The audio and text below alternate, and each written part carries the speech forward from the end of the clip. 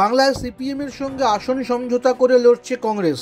সর্বত্রই কংগ্রেস নেতাকর্মীদের সেই সমঝোতার প্রার্থীদের হয়ে কাজ করতে হবে বলে এবার স্পষ্ট বার্তা দিলেন প্রদেশ কংগ্রেস সভাপতি অধীর চৌধুরী। যারা অন্য রকম করবেন তাদের বিরুদ্ধে ব্যবস্থার হুঁশিয়ারিও দিয়েছেন তিনি।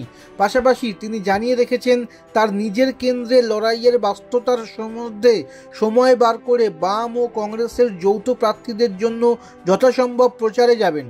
কংগ্রেসের জেলা সভাপতি ও শাখা সংগঠনের নেতৃত্বের একাংশ সিপিএম প্রার্থীদের সমর্থনে ময়দানে নামতে দলের কর্মীদের নিষেধ করেছিলেন। তারা বলেছিলেন এআইসিসি বা প্রদেশ কংগ্রেস এ বিষয়ে কোনো নির্দেশ দেয়নি। যেখানে কংগ্রেস প্রার্থী আছে সেখানে সিপিএমের সঙ্গে যৌথভাবে প্রচারে নামতে এই অংশের আপত্তি নেই।